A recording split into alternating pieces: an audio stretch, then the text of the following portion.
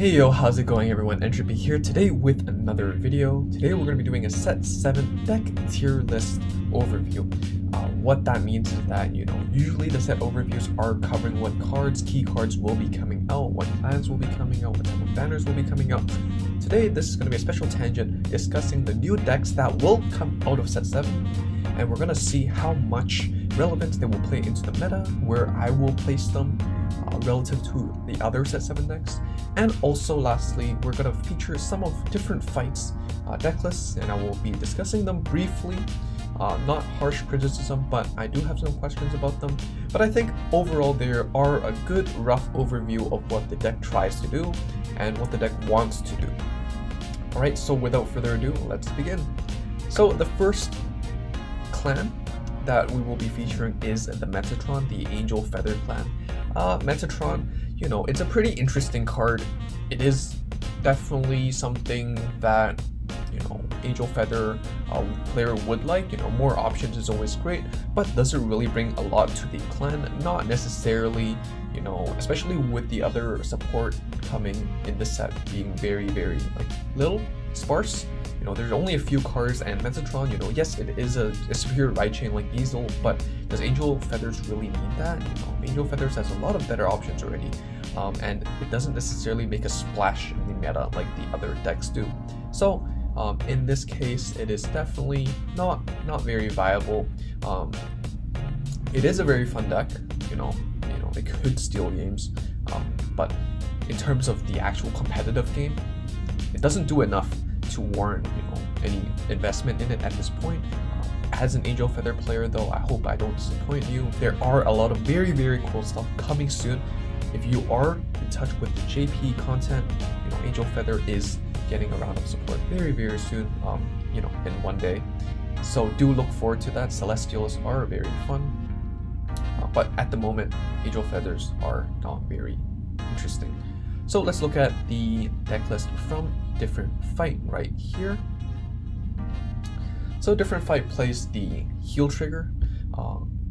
It's always great to get an extra heal trigger in the deck, especially with the deck that wants to play with high damage counts to maximize the utility of the damage zone, since you treat it as an extra hand.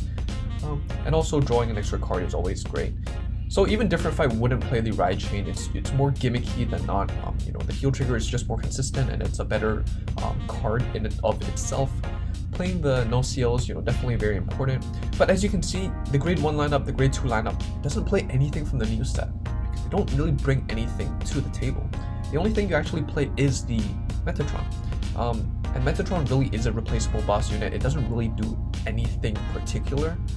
Not a very big, oomph or play, not very splashy, but overall it does, with the Metatron, it does make the deck feel more consistent.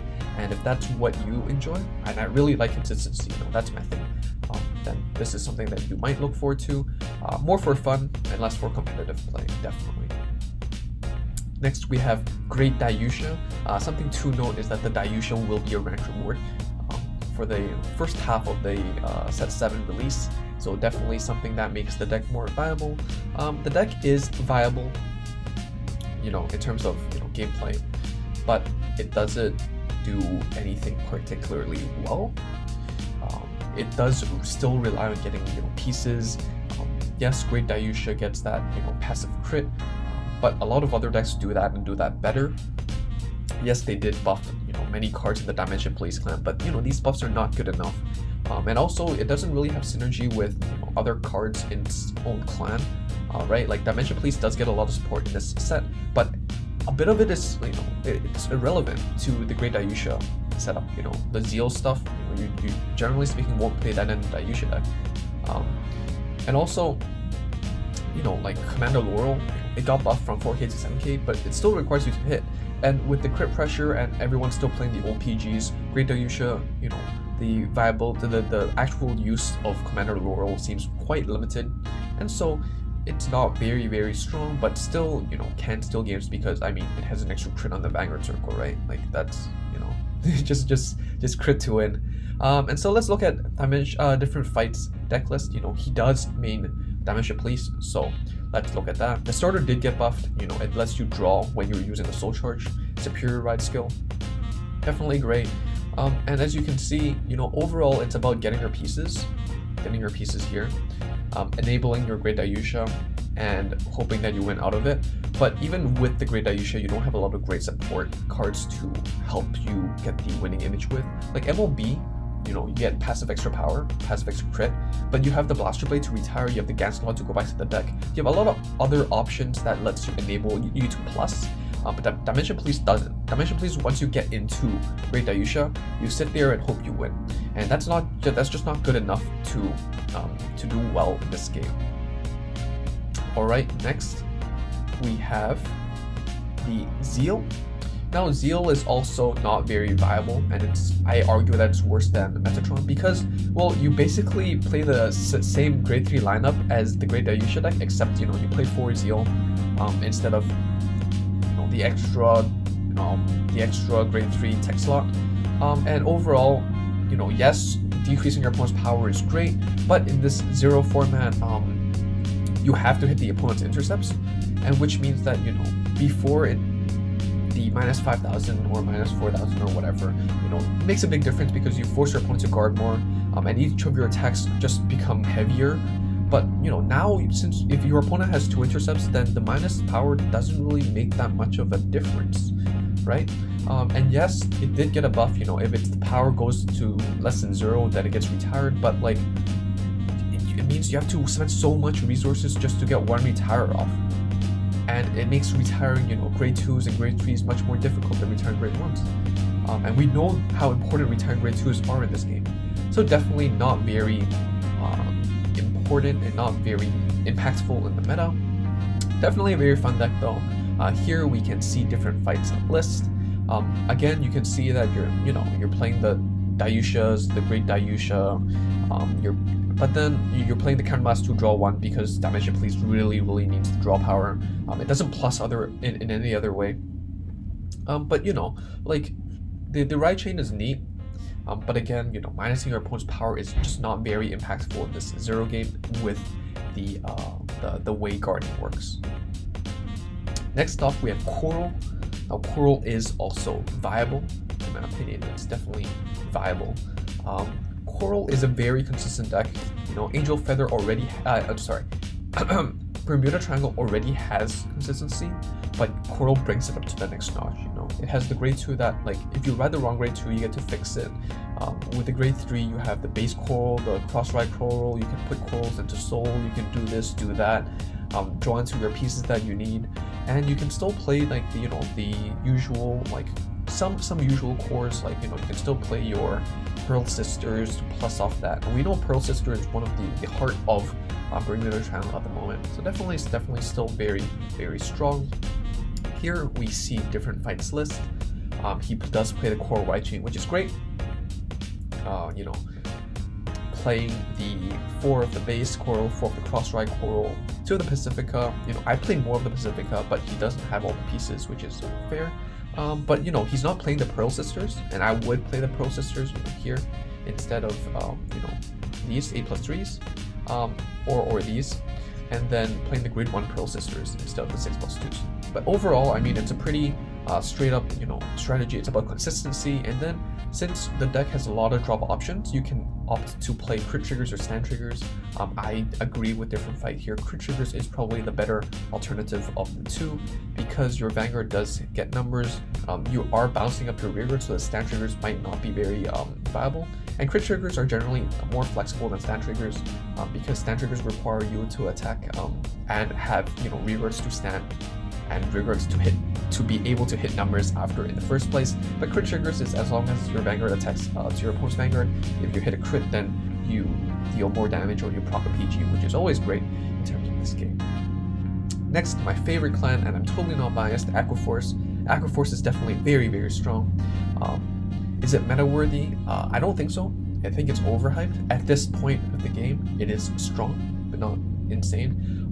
It still has problems going over cross-run numbers, and you know, we do know some matchups are pretty bad, like Fromage, you know, 15k, you just can't get over it. And this is because, you know, to enable 4th attack, you use cards like Basil or Diamantes, and these cards only hit 8+3, 11, or 9+3, 12. And so since they're not able to hit more than 12, you know, cross rides like the End, PBO, Fromage, Great Dayusha, these are great matchups against Aquaforce, against the waves of attack. Definitely, you know, just because of where every other deck is at in this metagame, Aquaforce is not meta. I mean, that's just a fair argument, I believe. But, you know, its skill, you know, not requiring to hit anymore, is very strong. You know, being able to retire and draw, you know, just gives you so much tempo. Being able to multi-attack like that is great. But, you know, at this moment, it's just that it doesn't have a specific finisher. It's like the goal is just to get more cards and beat your opponent down, but not any particular winning image. But we will get that in set 8, which will propel it to into a meta deck. So let's check a look at DifferentFight's list here. You know, not anything very particular. You know, playing the Maelstorms here, and he's, you know, the Maelstrom will be a ranked reward in set 8, the beginning of set 8. So if you are missing the Maelstrom, but you still want to play Aquaforce but not open too many packs, you can wait for it. You know, the Basils you have to play, the A+3s enables your 4th attacks, the Diamantes you have to play at 4. But then, you know, you can also consider playing Hydro Hurricane or more of Naval Gazer Dragon. They are great alternative rides, but at this point, you know, 5 ride targets are not bad. It's like, it's pretty decent, especially with the amount of draw. You can play Penguin as well to draw, and Penguin's a great card. So definitely not a bad list. I reconsidered the grade 2 lineup and the grade 3 lineup, but overall it's still pretty solid. And lastly, Polaris. Polaris is definitely going to be strong. Polaris patches up the problem that Great Nature had in the first place, and this set support is great. It's great, spicy. Polaris allows you to multi-attack with the extra power, giving it +4, and not only that, but it has synergy with the original cards, right? Like Leopold can activate on the rearguard circle, which means it's viable on the Vanguard and rearguard, and so it can support Leopold in its multi-attack combos too. So let's just take a quick look into DifferentFight's deck. You know, of course, you play the Parrot, you play, you know, the Hamuskes to draw into your grade 1 boosters, you play your 4 Leopolds, you play your 4 Polaris, it's your boss unit. And one other thing that I did mention in the set overview for the key cards is the Chicken. The Chicken, when retired during battle phase, at end of battle, at end of turn, it gets retired and you call it Cap. And one thing that Great Nature lacked before was the ability to set up defense, right? On your turn, like, oh, if you go offense, then you lose your rearguards. You know, you trade off for power and, you know, a rearguard, right?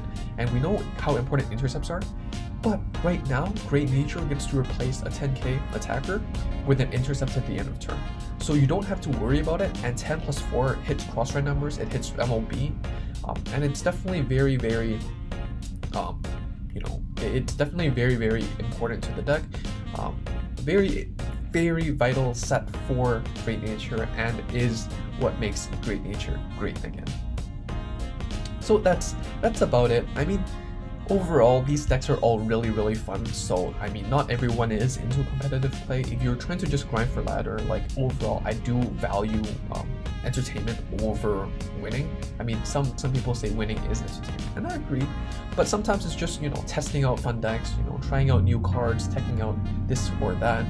And that's exactly what Metatron and Zeal does. You know, like, if you roll for this banner, you get the Great Dayusha and Dayusha, and you have like a few copies of Zeal, you can still play Zeal, right? It's just swapping out some cores, and you'll have a new deck to play with, right? Like, same with Metatron, right? If you already have Angel Feathers, Metatron is just like one new card that you have to play. Like, all the other cards you won't even need. And so, if you're interested in the set, definitely go pick up a few packs, you know, open a few packs. It definitely does support the existing clan really well. You know, Dimension Police, Great Nature, Angel Feathers, Bermuda Triangle, all very lucky to have the set. And I'm really lucky to have, you know, Aquaforce here. You know, I'm an Aquaforce fan as well. So I will definitely be opening a lot of packs tomorrow. So if you're looking forward to the set and you want to see how I pull, I have a lot of packs, a lot. So be sure to check that video out. I hope you enjoy as we move into a new meta, and I'll see you all next time. Bye.